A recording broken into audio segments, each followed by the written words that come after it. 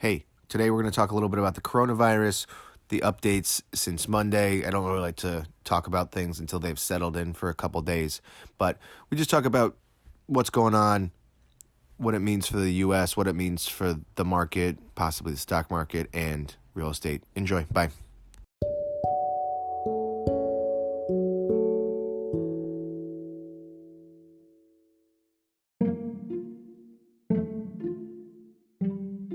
What is up, friends? Thanks for tuning in today. We're going to talk about what's been going on this week, specifically with the coronavirus. If you've been living under a rock, maybe you don't know, but this week there has been a major outbreak of a flu-like virus in China called the coronavirus.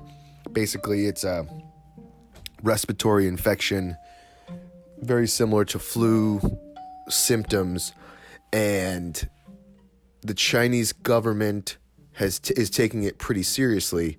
It started in a city called Wuhan in China, which is about 11 million people. I think it was like Sunday or Monday of this week. They shut the whole city down. Eventually, I think one or two cases came to Beijing, and so they shut down other areas. Total, there's 43 million people in lockdown in China as we speak. That's what we know of, so there could be more. It's kind of crazy to think that they have this kind of ability to shut 43 million people down. Imagine, there's say what you want to say about the Chinese government, but that's pretty impressive.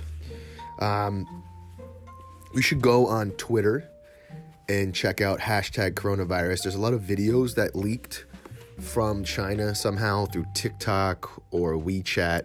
But originally, earlier this week, there was videos of workers saying that there was actually, it's reported like 2,600, 3,000 cases in China, but there's actually possibly 90,000 cases. That's a lot.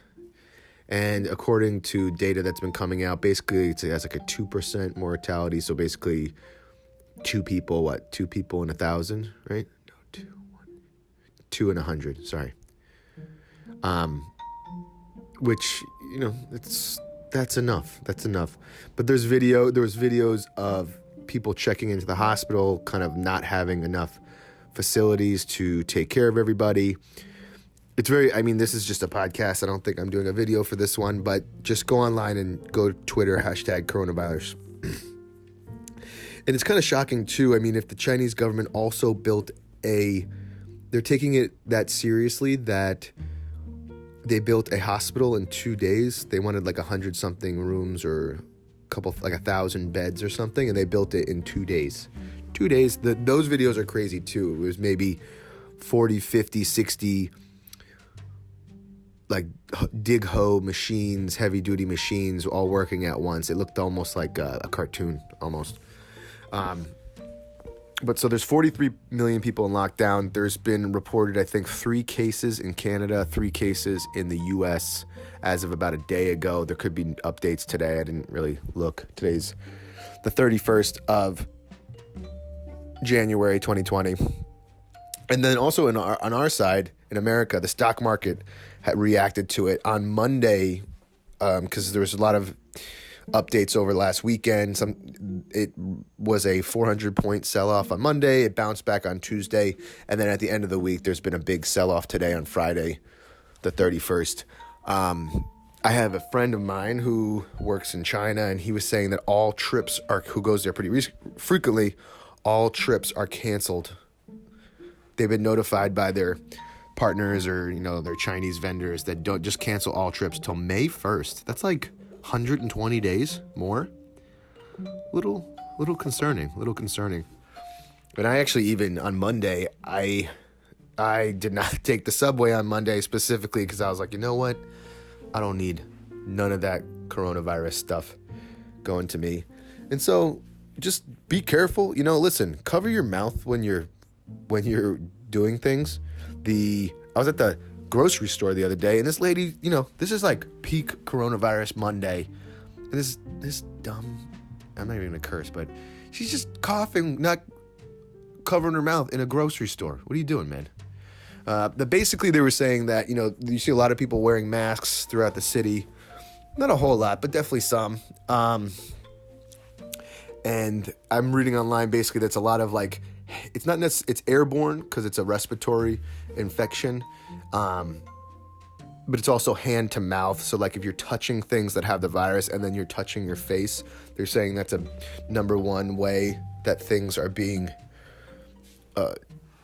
transmitted from people to people. And there's a couple theories going around on the internet about where this is from, what caused it, and it's kind of interesting. So one, there's a lot of things called wet markets in China, so they get like really fresh food. But if you've ever been to these markets, there's very little sanitation. So you might have meat being cut up on the street or on a board on the in this like open air market with all different other types of meat. No refrigeration, not a lot of hand washing going on. So that's one way that these things can spread pretty quickly. And they're thinking that it might be from exotic animals, like maybe bat, like they have bat stew. People eat mice, live mice, they eat rats, they eat snakes possibly. They're saying that's possibly from one of those three. So don't do that. Don't be eating bats, rats, and snakes. All right? Just don't do that. Not necessary. And then, two, in Wuhan, there's also a conspiracy theory that it came from a bio testing lab. They basically, it's just, they test different types of, I guess, biological agents for drugs and all different sorts of things in Wuhan, and maybe it was like 11 miles away from Wuhan, outside of the city. There's a lot of conspiracy theories going on that is where it came from. And then there was also another conspiracy theory that they were saying that the Americans did it to the Chinese. I don't think we would have done that. If it is some sort of manufactured human-altered disease, that is not cool. Not cool, man. That's not good. But that's basically the roundup here. There's also what's that podcast called? Science Versus by Gimlet. They interviewed someone in the White House who does like disease control, and basically they're saying that America shouldn't really freak out or worry right now. It's not really going to help, but it is something that they're very concerned about. So we're only like a week into it. Let's see what happens in a week or so again before making any conclusions. And there's definitely a distinct possibility that some sort of event like this could trigger a big sell-off or economic situation in America, according to a lot of stock market analysis people like Jim Cramer, because we've had such a run-up and they wanted to have, there's room to have breathing room, some event to have a sell-off. Even when, Apple and Amazon and these big companies are reporting really good quarters, this is kind of affecting the market overall, which is something to be aware of. But let's pan this out. My main takeaway from this is the reaction of the Chinese government. So they basically, according to reports, they said there was a few instances of this virus possibly earlier in December, and they didn't really make a big deal about it. The first public announcement of it, I think, was on New Year's Day in China. And now, obviously they put 43 million people in lockdown, which is wild. And also America and I know Canada went and sent charters to get some of their citizens out of there. So that's some intense stuff. And lastly, there's also some reports there's one or two reports. No, I don't think, no deaths, just infections in India, Thailand, and Malaysia. So it's getting around. But for now, nothing to worry about. But I did want to just chime in on the coronavirus, give my 2 cents. But go look at some of these videos if you want to see the incredible organization and power of the Chinese government, which should be a little bit of a concern. Okay, hope you enjoyed. If you like this podcast, like, subscribe. It's Ask Amadeus in the Apple Podcasts, Spotify. I also usually I put a video section with these. This time I'm not. I'll just put the audio up on YouTube. Follow me at Marcus Amadeus on YouTube, Twitter, Instagram, and all podcast social medias.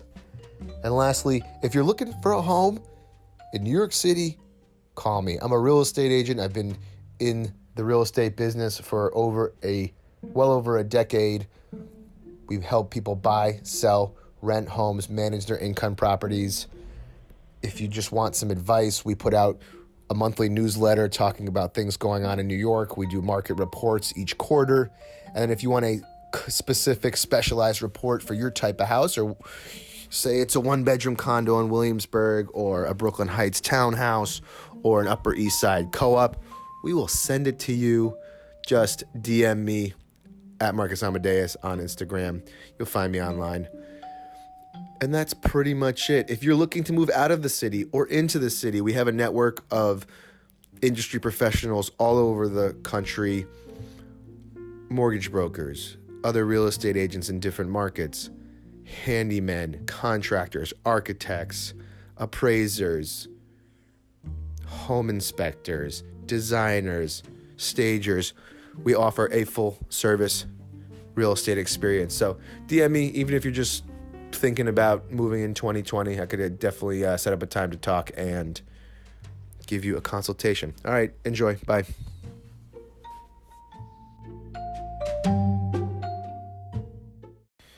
Hey, so we just wrapped up our coronavirus section. We're going to change up the format a little bit, and we're going to end with a little bit of real estate stuff from this past week. One thing I've been noticing, we were out looking at a lot of property this week in Brooklyn, specifically in Greenpoint and Williamsburg, and all sorts of inventory, older two families, high-end condos, new developments. We were also in Park Slope last week. I think we talked about it at the last episode. We want to touch on that a little bit.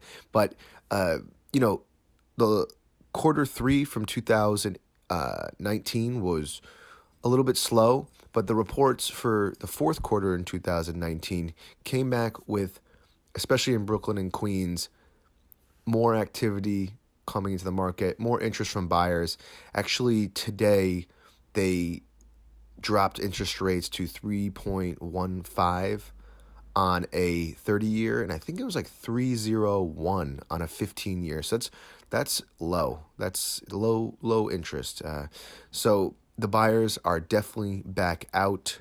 This is pretty typical coming back in the new year. Sometimes people need to report their taxes from last year. They have it. Say if you're an independent business owner, when you report your taxes, maybe your buying power change. It's also bonus season. But we saw a lot of activity. We went and saw a really nice condo in Greenpoint.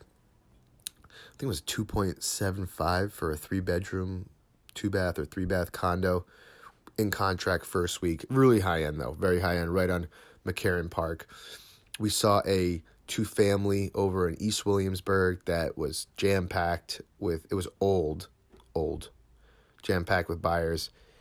And we saw some new developments on Ainsley. There was a couple buyers there. I think it was a 2-bedroom in like the 1.4 range. It was a duplex with backyard. So there's a lot of inventory coming up, a lot of new development inventory as well coming up. So actions there. And if you want to email me, we also put together weekly collections of homes by Compass. I usually put them on my Facebook, Marcus Schott Real Estate. Just Google that and you'll find them on Facebook if you want to see some of these collections coming to market. And then also, if you want to get a personalized selection, I'll put it on my Compass app. It's really great. It notifies you when the great things are coming up. It shows you which open houses are there, so you can just jump in and see what's showing in your neighborhood. But signs are pointing that even in Manhattan, the market is leveling out.